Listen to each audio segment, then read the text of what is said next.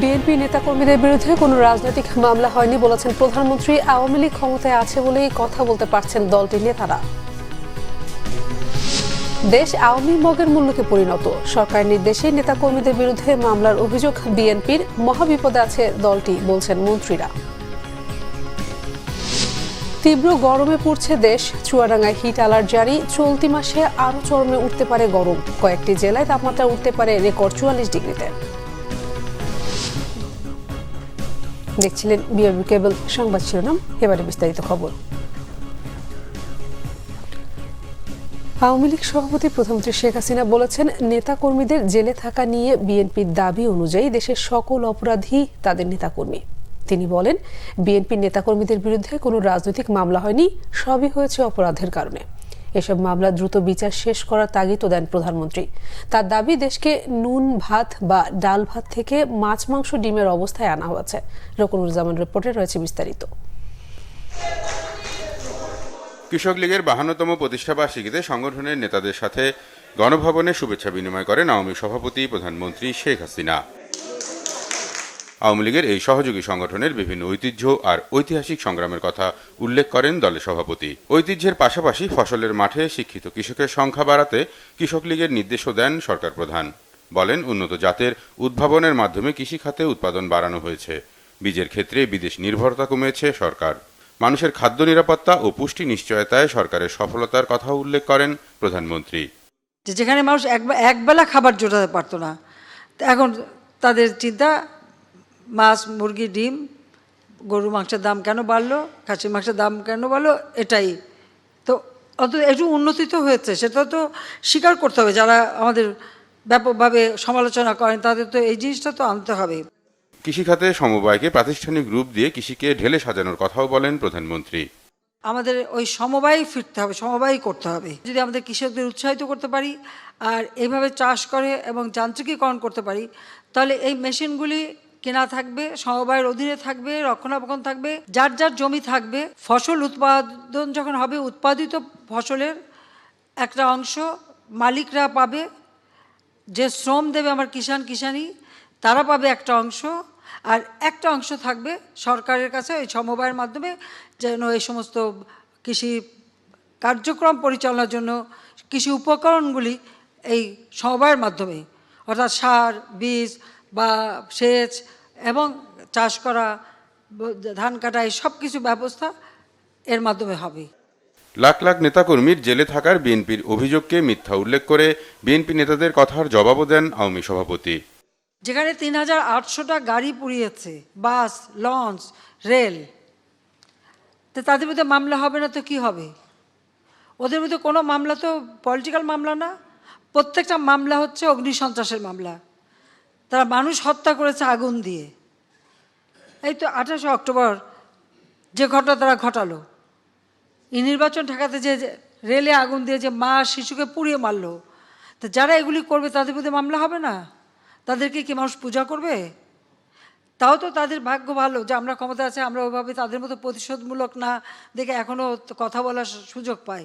সারাদিন কথা বলবে, মাইক লাগায়, তারপর বলে কথা বলতে দেয় না। তবে এই মামলাগুলো আরও দ্রুত শেষ করে এগুলির শাস্তিগুলি আরও দিয়ে দেওয়া উচিত, তাহলে এই কান্নাকাটি কমতে পারবে।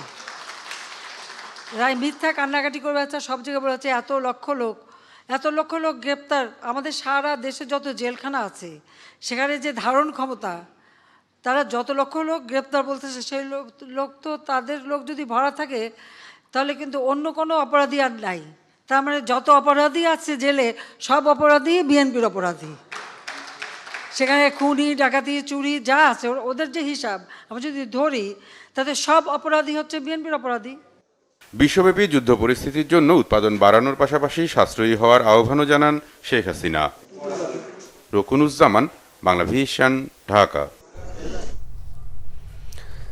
বিএনপির মহাসচিব মির্জা ফখরুল ইসলাম আলমগীর বলেছেন, দেশটা এখন আওয়ামী লীগের মগের মূল্যকে পরিণত হয়েছে।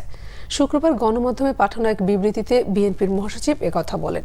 মিথ্যা, বানোয়াট ও রাজনৈতিক উদ্দেশ্য প্রণোদিত মামলায় গত 17-18 এপ্রিল দিনাজপুর জেলায় বিএনপি সহ অঙ্গ সংগঠনের নেতৃবৃন্দ এবং কেন্দ্রীয় যুবদল নেতা আবুল মনসুর খান দীপকের জামিন নামঞ্জুর করে কারাগারে পাঠানোয় গভীর উদ্বেগ প্রকাশ করেন মির্জা ফখরুল ইসলাম আলমগীর।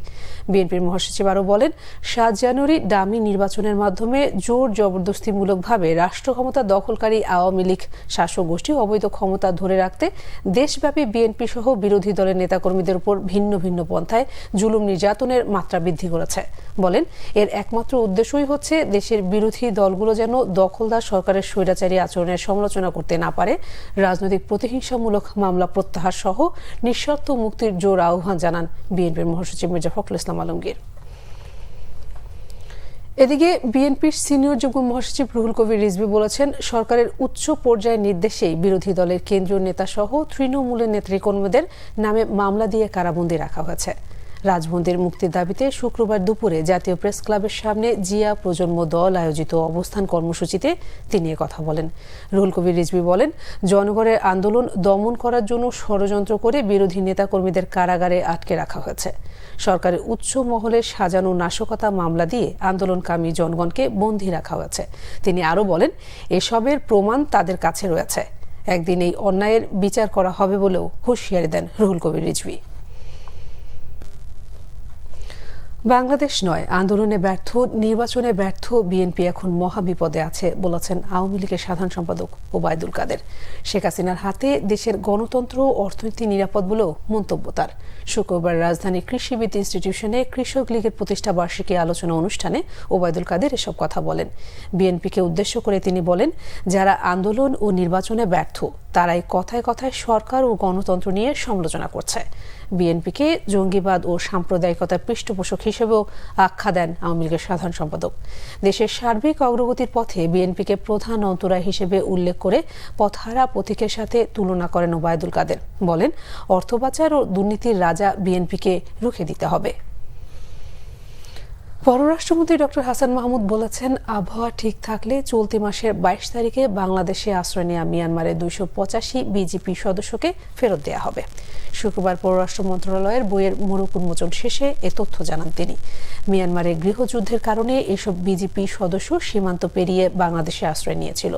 জাহাজে করে বিজিপি সদস্যদের ফেরত পাঠানোর কথা জানান পররাষ্ট্রমন্ত্রী। তিনি বলেন, বিভিন্ন কারণে মিয়ানমারে আটকে থাকা 150 জন বাংলাদেশীও ওই দিন দেশে ফিরে আসবেন।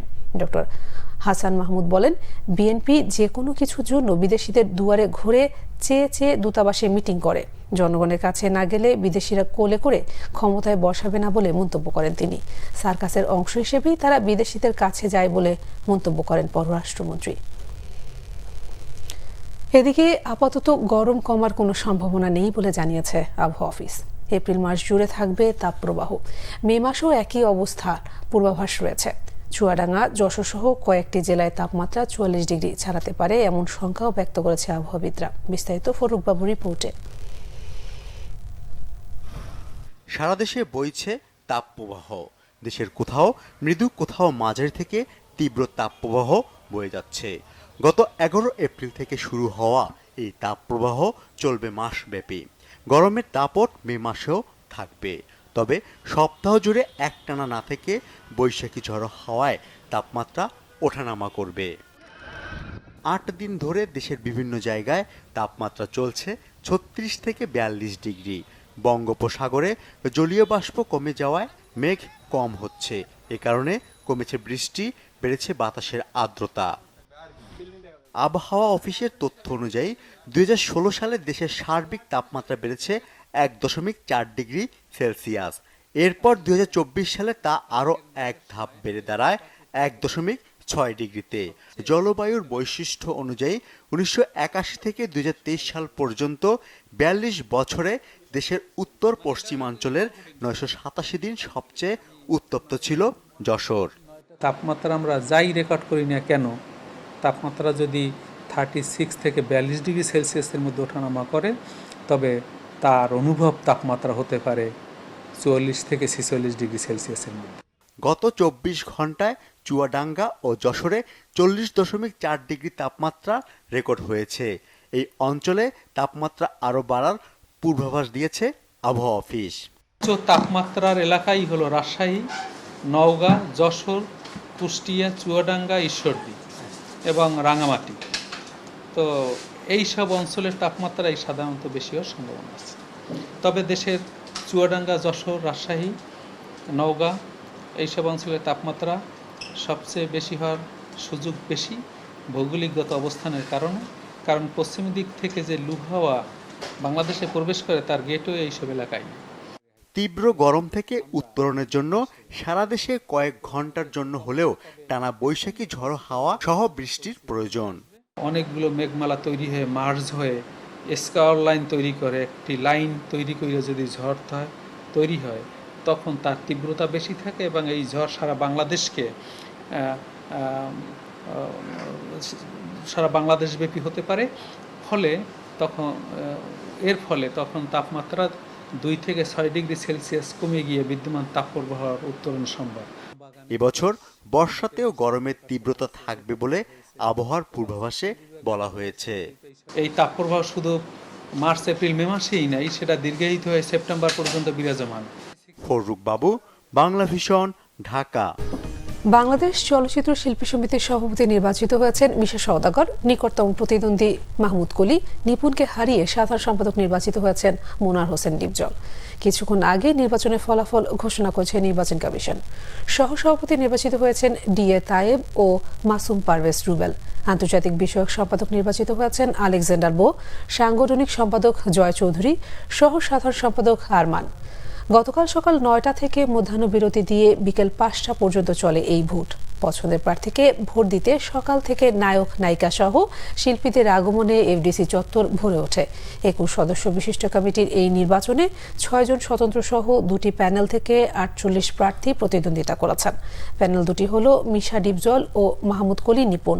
নির্বাচন কমিশন জানিয়েছেন, সুষ্ঠুভাবে ভোট পরিচালনা ও ফলাফল ঘোষণার স্বার্থে এফডিসির বিভিন্ন জায়গায় প্রায় 250 পুলিশ সদস্য দায়িত্ব পালন করেন। এছাড়া এফডিসির বিভিন্ন পয়েন্টে বাড়তি আরও 31টি সিসিটিভি ক্যামেরা স্থাপন করা হয়েছে।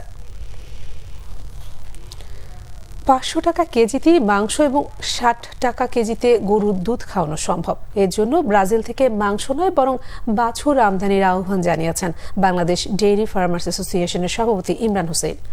রাজধানীর আগারগাঁয়ে আয়োজিত 2 দিনব্যাপী প্রাণী সম্পদ মেলার শেষ দিনে একথা বলেন তিনি। ব্যতিক্রমী এই মেলায় কয়েক হাজার খামারের গরু, ছাগল, মহিষ, উট স্থান পায়। দর্শনার্থীও ছিল প্রত্যাশার চেয়ে বেশি। জামাল খানের ক্যামেরায় মামুন আব্দুল্লাহ রিপোর্টে রয়েছে বিস্তারিত।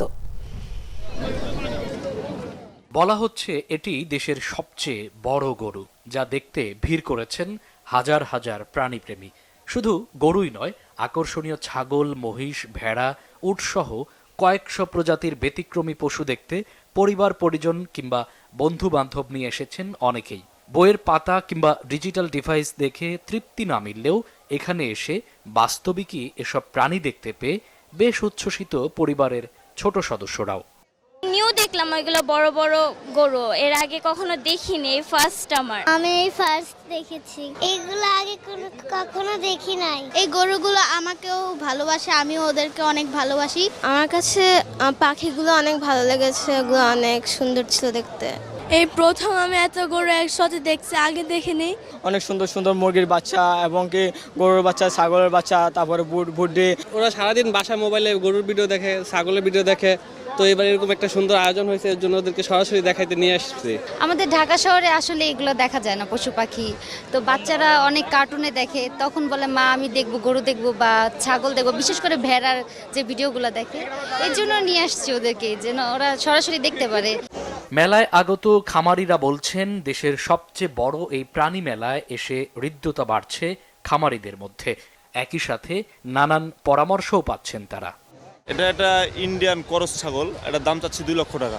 1 লাখ পর্যন্ত পাইছি আমি। ইন্দোনেশিয়ান একটা অরিজিন এদের, এখন মোটামুটি বাংলাদেশে অ্যাভেলেবেল। এটা আমরা আস্কিং চাচ্ছি 4,80,000 টাকা। মেলায় দেখাইতে আসছি, যদি কেউ কুরবানির জন্য বুকিং দেয়, কুরবানি পর্যন্ত রেখে তারপর বিক্রি করে দিব, লালন পালন করে দিব। খাবার দাম তো অনেক বেশি, খাবার দামের জন্য তো খামারিরা লস খায়। কেন 1 কেজি খাবারের মূল্য 50-60 টাকা পড়ে, তাহলে 1 কেজি চালের দামও 60 টাকা পড়ে না। মানুষের খাবারের তো দাম না, যত পশুর দাম এত, যদি পশুর খাবার দাম যদি এত হয়ে থাকে, এই জন্য খামারিরা ফিস টান যায়, খামারিরা নষ্ট করে খামার ছাইরা দেয়। খামারিদের সঙ্গে একের আরেকজনের সাথে মত বিনিময় হয়, তাদের অভিজ্ঞতা আমরা শুনি, আমাদেরগুলো তারা শোনে, এই উপকার হয়। আবার গরুর জাত একটু জানা বোঝাশোনা হয়। দেশের খামারিদের বাঁচাতে শিগগিরই প্রতিবেশী দেশ থেকে চোরাই পথে গরু আনা বন্ধ করার দাবি জানান বাংলাদেশ ডেইরি ফার্মার্স অ্যাসোসিয়েশনের সভাপতি।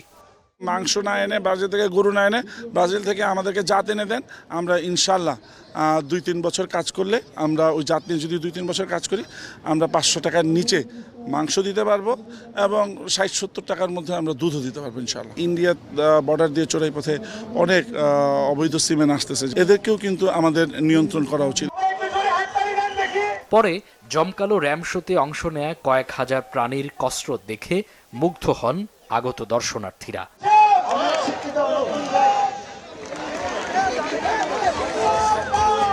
মামুন আব্দুল্লাহ, বাংলা ভিশন, ঢাকা। সংবাদ শেষ করব বিআরবি কেবল শিরোনামগুলো আরেকবার জানিয়ে। বিএনপি নেতাকর্মীদের বিরুদ্ধে কোনো রাজনৈতিক মামলা হয়নি বলেছেন প্রধানমন্ত্রী। আওয়ামী লীগ ক্ষমতায় আছে বলেই কথা বলতে পারছে দলটির নেতারা।